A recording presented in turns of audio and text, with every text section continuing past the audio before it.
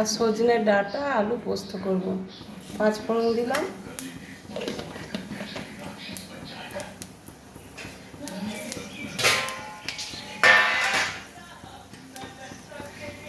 কচি কচি ডাঁটা কেটে নিয়েছি, পোস্ত করব।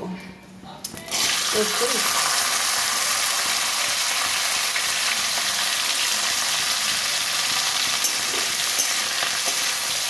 আলু দিয়ে পোস্ত করব।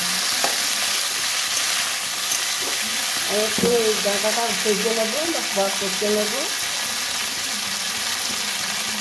পরিমাণ মতো লবণ দিচ্ছি, 1 চামচ।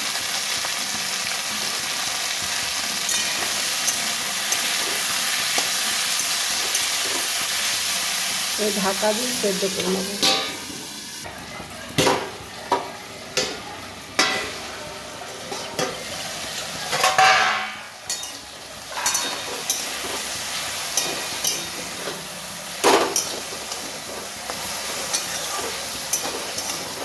ভাজতে ভাজতে জল বেরিয়ে গেছে, সামান্য জল দেবো সেদ্ধ করতে।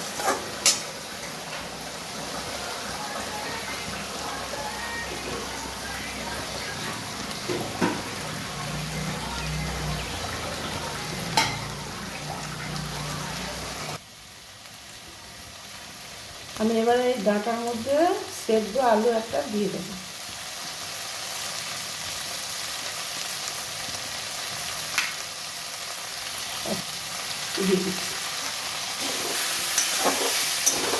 আমি সামান্য জল দিয়ে দেবো সেদ্ধ করার জন্য।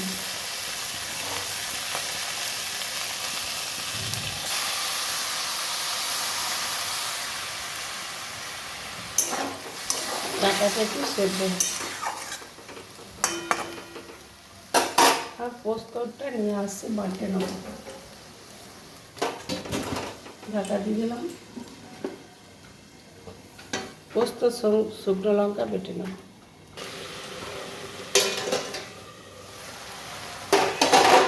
ঢাকাটা তুলে নিলাম, সেদ্ধ হয়ে গেছে।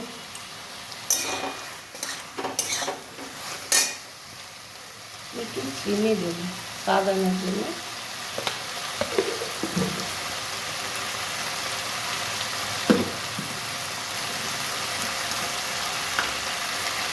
পোস্ত বাটাটা দিয়ে দিচ্ছি, ওতে শুকনো লঙ্কা আছে 4টে। খুব ঝাল ঝাল খেতেই ভালোবাসে, সব তরকারি ঝাল চাই, ঝাল না হলে পছন্দ হয় না সব বাড়ি। একটু লঙ্কাটা বেশি দিয়েছি। পোস্ত বাটার জলটা মিক্সিটা ধুয়ে দিয়ে দিলাম।